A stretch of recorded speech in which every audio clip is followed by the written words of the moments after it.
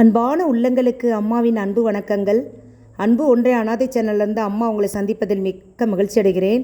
இன்றைக்கி நாம் என்ன பார்க்க போகிறோன்னா, பரம்பொருளின் பக்தர்கள் எப்படியெல்லாம் திகழ வேண்டும் என்பதை பகவான் கண்ணன் அர்ஜுனிடம் கூறுகிறார்.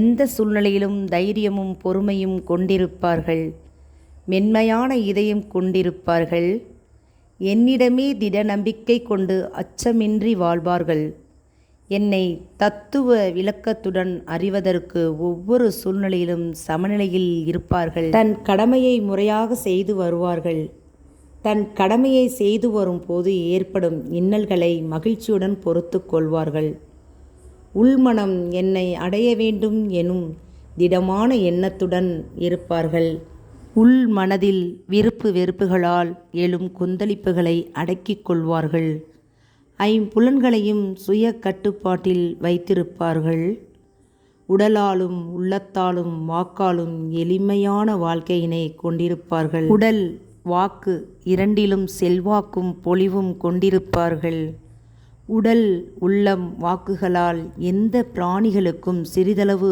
துன்பம் கூட கொடுக்க மாட்டார்கள், கண்டதையும் கேட்டதையும் அறிந்ததையும் உள்ளபடியே இனிய சொற்களால் சொல்வார்கள், சபல சித்தம் அவசரப்படுதல் இரண்டும் இல்லாதிருப்பார்கள், செய்யத்தகாததை செய்வதில் வெட்கப்படுவார்கள், உயர்வும் மனப்பான்மையும் செருக்கும் கொள்ளாதிருப்பார்கள், சாஸ்திரங்களின் தீர்ப்புகளை சித்தாந்தங்களை விழுமிய கருத்துக்களாக கொண்டு சொந்த வாழ்வில் செயல்படுத்துவார்கள், சாத்வீகமான தானம் செய்வார்கள், உலகியல் ஆசையில் ஈடுபடாதிருப்பார்கள், உலகியல் பொருள்களில் பேராசை கொள்ளாதிருப்பார்கள், பழிவாங்கும் உணர்ச்சி இல்லாதிருப்பார்கள், எவரிடமும் எதனிடமும் குரோதம் வெறுப்பேறிய வெஞ்சினம் கொள்ளாதிருப்பார்கள், தண்டனை அளிக்கும் திறன் இருந்தாலும் குற்றவாளியின் குற்றத்தை மன்னிப்பார்கள், எல்லா உயிரினங்களிடத்திலும் இரக்கம் பரிவு கொண்டு பழகுவார்கள், கோள் பேசாதிருப்பார்கள், உடலை தூய்மையாக வைத்திருப்பார்கள். இந்த வீடியோ உங்களுக்கு பிடிச்சிருந்தா லைக் பண்ணுங்கள், ஷேர் பண்ணுங்கள்.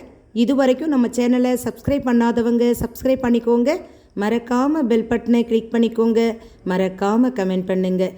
வாழ்க வளமுடன், வாழ்க பல்லாண்டு. நன்றி, வணக்கம்.